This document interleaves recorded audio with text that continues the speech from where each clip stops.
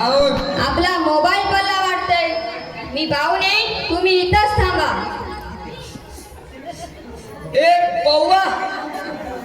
पौवा उधार देत नाही. मला काय भिकारी समजतो का काय? असे 56 दुकानं उघडून टाकी. असे 56 दुकानं उघडून टाकी. असे 56 दुकानं उघडून टाकी. असे 56 दुकानं उघडून टाकी. दुनिया वालो सुनो मेरी बात. मैं खुदा. भाऊजी मोठ्या मोठ्याने कशाला ओरडत आहे? होय, अक्काला ऐकू जाईल ना? अक्काला ऐकू जाईल म्हणजे मी का भितो का त्या भाषेला? दुनिया वालो सुनो मेरी बात. मैं खुदा. अरे देवा पांडुरंगा. भाऊजी आज तुम्ही लईच झुसले वाटताय. नशेत काय बोलताय? माय बाप प्रेक्षकांनो, दारू ही अशी जालिम औषध आहे ही ज्याने आयुष्यात हिंदी भाषेला एकदाही चाटून बघितले नाही तो सुद्धा तडाख हिंदी बोलायला लागला. अरे भाऊजी, कुठे चालला तुम्ही? अरे त्या म्हशीच्या उलात पडला. अरे लोकांनी आपली अक्कल विकून खाल्ली वाटते. रस्त्यावर म्हशी बांधतात. रस्ता काय तुझा बाचा वाटला का रे? भाऊजी, म्हशी बरोबर बांधून आहे. रस्ता सोडून म्हशीच्या उरावर गेला. बरं झालं ती मारकी म्हश नाही म्हणून. नाही तर तुमच्या पोटातले आतडेच बाहेर फिरायला आले असते. वाचले तुम्ही. नशीब चांगला आहे तुमचं. तू माय नशिबावर हात नको माझ्या नशिबाला. माझ्या नशिबाची ना मी तेव्हाच काढेली. या 4 पायाच्या मशीनं माझ्या काय कोतडं बाहेर काढावं राहिलंच काय माझ्याकडं? लगीन झालं मी 2 पायची म्हैस माझ्या बोकांडी बसली. माझ्या जिंदगीचं वाटोळं केलं. काय झालं भाऊजी? काहून तुम्ही लगीन करून खुश नाही का? डोंबल्याचं खुश. अरे देवा, कसली जोडी बनवली रे आमची. ती अंगा पिंडानं गडबांब रेटू आणि मी मातीत राहून माती काय भेटू. शोभलं का रे तुला? भाऊजी राहू द्या. आता गेट आलंय. भाऊजी राहू द्या. गेट जवळ आल्या. अक्कल ऐकूया ना तर मग अक्कलकोटचे स्वामी समर्थ सुद्धा तुम्हाला वाचवायला येणार नाही. अरे हट, म्या भीतो बा त्या म्हशीला.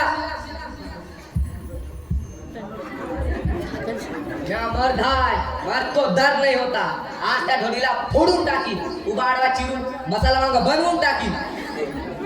राहू द्या भाऊजी, आपल्या मर्दांगीची हद्द संपली. तुम्ही गेटच्या आत जाल ना तेव्हा सर्द व्हा. आलो का आपण मायला या गेटच्या याच्या जवळ आलो की सारे नशा महापुराचं पाणी उतरल्यासारखं सरसर उतरते रे. आता तुमचं टेप रेकॉर्डर बंद करा. मी घरी असलेल्या तुमच्या 2 पायाच्या भोंग्या समोर उभे राहा. जातो मी. उद्या भेटूया. तन्वी चक्कर मारते. काय बघलं बा? हा झालं वाटते गावींना. गावातले समदे कुत्रे डुकर आणि होते खाननातले बैल गाढवं समजा हुशार आहे ना. शरम नाही वाटत तुम्हाला? तुमचं लगीन झालंय, तुम्हाला एक लेकरू आणि तुमची बायको म्हणजे मी या घरात आहोत हे समजा विसरलाच वाटते. असं बिन बुवाच्या भोऱ्यासारखं गाव हिंडणं शोभते का तुम्हाला? गाव हिंड्यानी पातळ ढोल्या. काय सांगू अक्का, या धेंडाशी माय लगीन झालं आणि माय नशीबच फुटलं म्हणा की कितीही बोंबला पालत्या घागरीवर पाणी ओतल्यासारखं जडकुट मेला. लोकांना माया आवाज ऐकू येतो. फक्त लोक मला बदनाम करतात. काय भांडकुदड बाया म्हणून म्हणतात. नवऱ्याला पदराला बांधून ठेवणारे म्हणतात. पण लोकांनी काय माहित या उंदराचं कुडतळणं गेंड्याच्या कातडीसारखं याच्या बाबतीत काही फरक पडत नाही.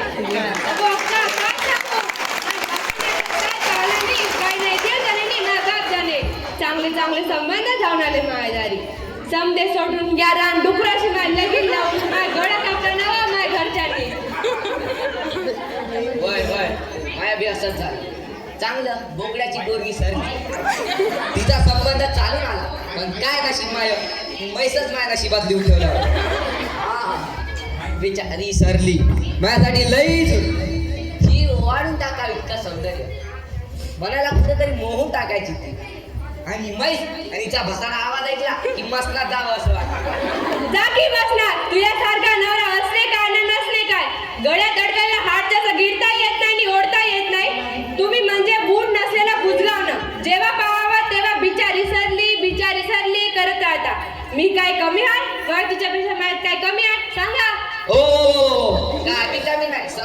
भरभरून आहे नाही दिसाला मैद्याचं पोत आणि आवाज आहा तुझ्या साधारण आवाज सुद्धा समद्या मोबाईलला जागा करतो कोंबडा हरवायची गरजच नाही मला काय इतका मोठा आवाज आहे वय अगं म्या तुझ्या साधारण आवाजाचं सांगतोय तू मोठ्याने बोलायला लागली की शेजारच्या घालावरचे कौलारू कडकडायला लागतात हा बस करा आता मी आज तुमची बायको आहे एवढ्या लोकांसमोर माझी थट्ट करता इथं बसलेल्या बाया म्हातारे काय म्हणतील याचा विचार करता की नाही मी शपथपूर्वक सांगतो इथे बसलेल्या सगळ्या बाया की गोट्यातली म्हैस परवडली पण हिचे गोरणे नाही बाप्पा आत्या आमची दूरची पाहुणी आली लई दिवसांनी गुप्ता पण हिच्या घोरण्याने इतकी भेदरून गेली की 4 दिवसासाठी आलेली पाहुणी पहाटे 4 लाख बस स्टँडवर जाऊन गेली.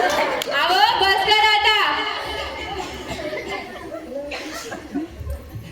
अव आत्या यासोबत लगीन झाल्यावर माझ्या 2 बदल झाले एक मी मुका झालो आणि दुसरी माझ्या कानाच्या पडद्याने गवाच का आत्महत्या केली मला काली बहिरेपणा दिली आवो बस करा आता आपल्या पिंट्यासाठी लग्नाचे स्थळ येत आहे थोडसा आता तुमचा छपरीपणा सोडा व घरी सुनाण्याची वेळ झाली आता तरी सोडा ती दारू निघा बरीन चला येते मी अव एवढी प्रेमाची कुकर मारून चाललीस कुठे बस की काय गो माझे माय नवऱ्यालाही लाटात आल्या वाटते बोला कशी सुनबाई निवडणार अशी सूनबाई निवडणार की गावातल्या अख्ख्या जडकोट बाया जपून राग झाले पाहिजे खास करून ती पाकड्यांची पंच म्हणजे कोण ग ती पाकड्यांची पंचफुला लई धरते का जगामध्ये तिलाच एकटीला सून असल्यागत भुरा उपटेला कोंबडी सारखी तिची सूननी 100 कोंबडीचे पिल्ले फस्त केलेला बोक्यासारखा तिचा डांबराट काढता अव अशी नावे ठेवू नये लोकांची तिला कळलं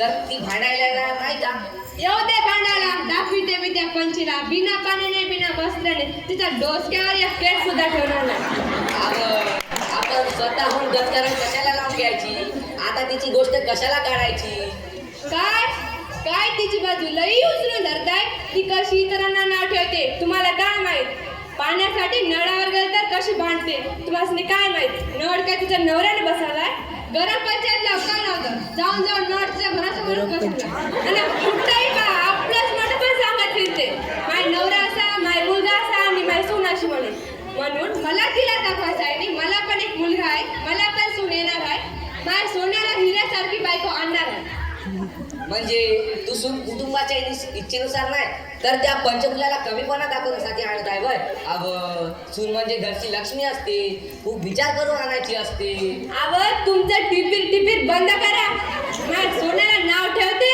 आणि म्हणते कशी या कुबड्याला कोण देणार म्हणून तुला म्हणाली बर नाही त्या टापऱ्याची कल्पिशी म्हणाली तिनं मला सांगितलं अव स्वतः ऐकल्याशिवाय असा गैरसमज करून घेऊ नये पण तू त्या टापऱ्याच्या कल्पीच्या गोष्टीवर विश्वास ठेवते माहित आहे ना ती कल्पी कशी आहे नुसती कळला मी नारद आहे नारद चल आता देवांना भूक लागली आहे.